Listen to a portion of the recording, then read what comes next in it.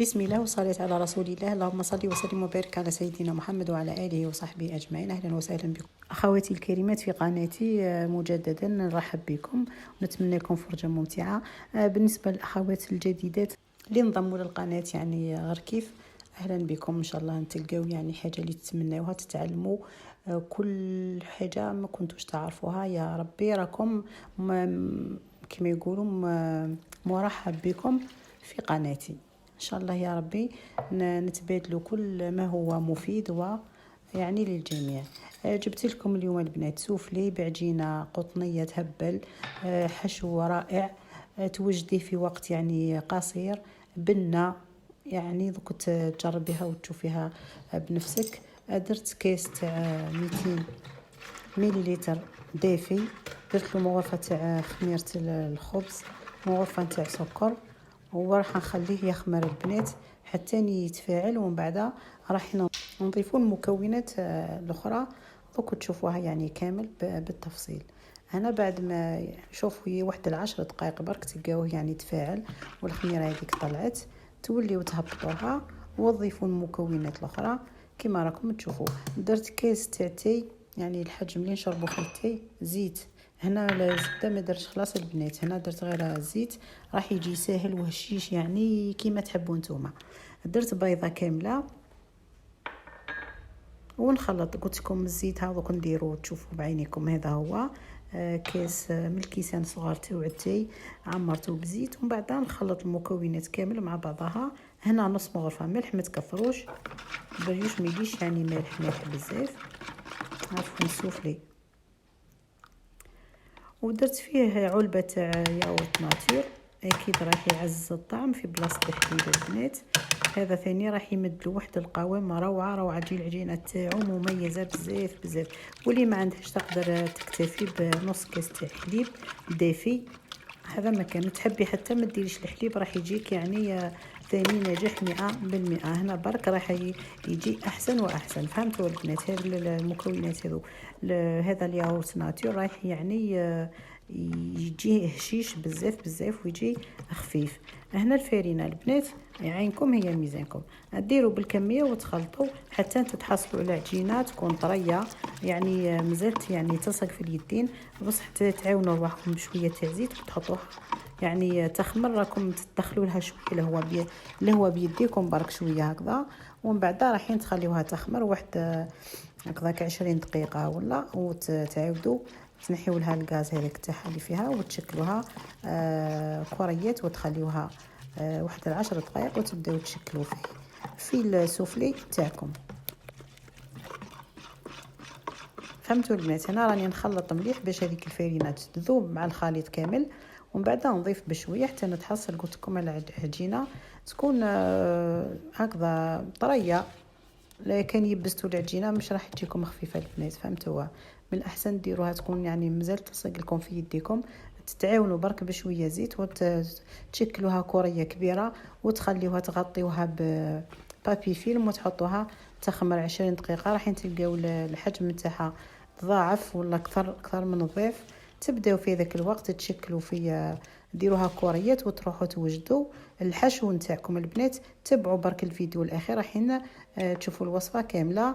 واللي وصلت حتى لهنا وما دارت جيم يعني فضلا منك اختي ديري جيم وبارطاجي وفعلي الجرس لكن كنتي اول مره تشوفي القناه باش يوصلك كل جديد من قناتي، وان شاء الله تفرحي به يعني يكون كما تحبي ان شاء الله. يا ربي هكذا برك البنات. يعني قلت لكم تعاوني شويه يدك بشويه زيت برك باش تقدري تشكليها كريه كبيره وتدخلي لها شويه هكذا الهواء بيديك برك، مش راح تستاهل عجن كبير، وتخليها تخمر كما كنت نشرح لك اختي الكريمه.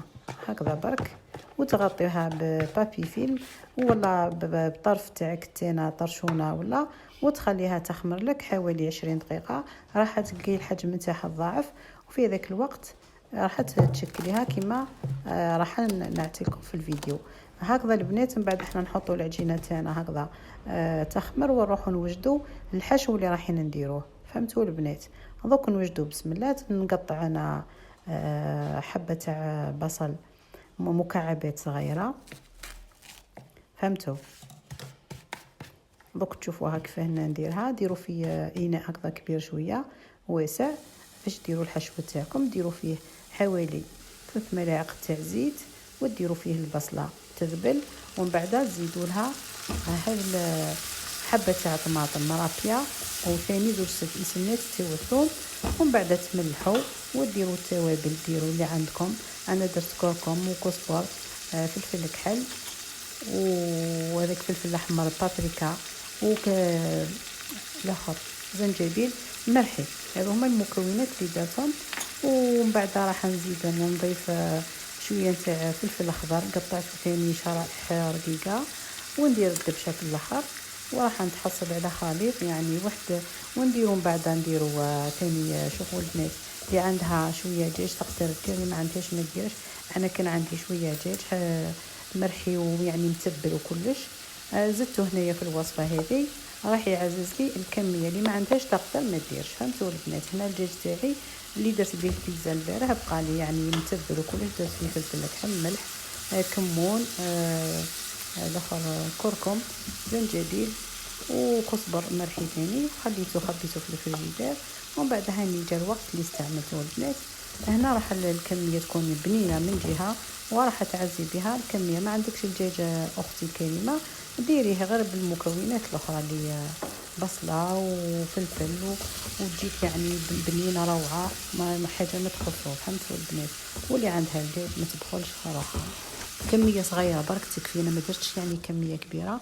هذه الكميه اللي درتها البنات راهي قطعت لي قداش 12 حبه نتاع سوفلي، والباقي درتو بريوشه البنات. ما نكذبش عليكم باقي الكميه تاع العجين وليت درتها بريوش حشيته بالشوكولا وجا روعه روعه. فهمتوا؟ هاد العجينه تقدروا ديروا بها سوفلي كما تقدروا ديروا بها بريوش. هنا راني قطعت الفلفل البنات لحته في الاخر باش كي ما يطلقليش الماء ويبقى شويه هكذا مقرمش.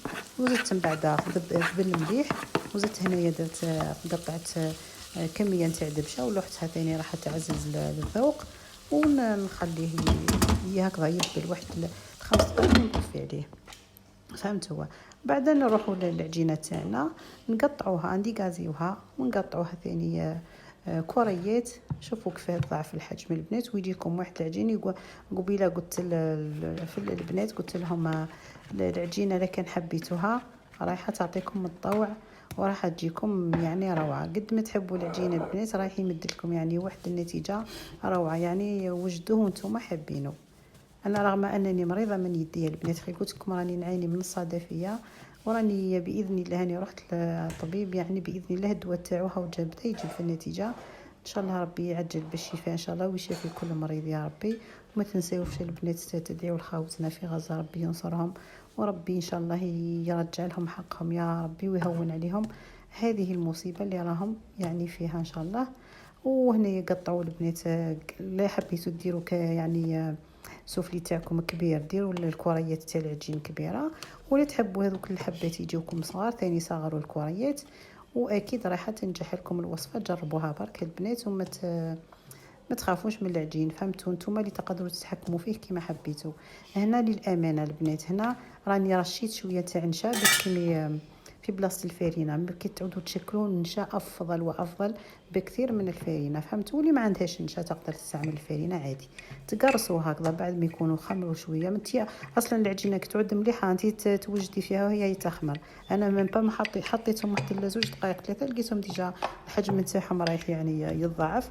شوفوا العجينه كيفاش يعني تاخذ الراي وتجيكم كما حبيتوا. ما ترقوهاش بزاف البنات برك. وبعد هنايا عندي شويه تاع كريمه الجبن خي وجدتها معكم هاي في القناه اللي تحب تروح لها تشوفها ولا دوك نحطها لكم في صندوق الوصف البنات. طليت شويه نتاع على كامل يعني الوجه تاع القرصه هذه تاع بصلصه الجبن اللي وجدتها معكم.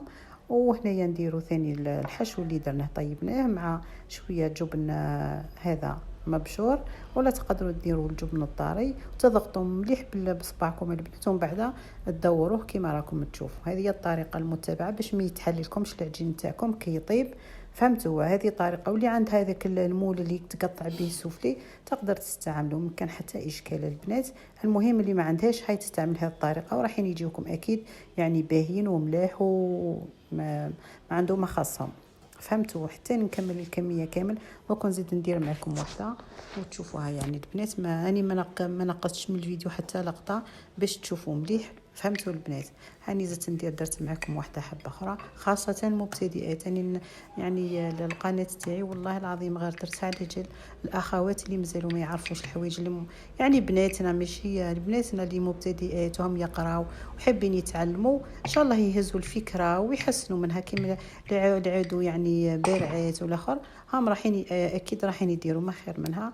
المهم الفكره الابتدائيه يديوها منا ان شاء الله ويكون يعني تعم الفائده على الجميع.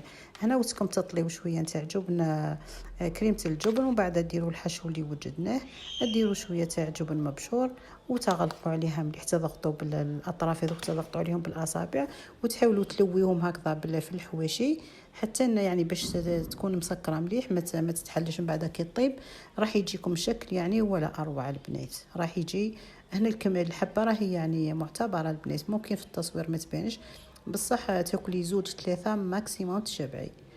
يعني هو خفيف صح بصح كما نقولوا زاكي.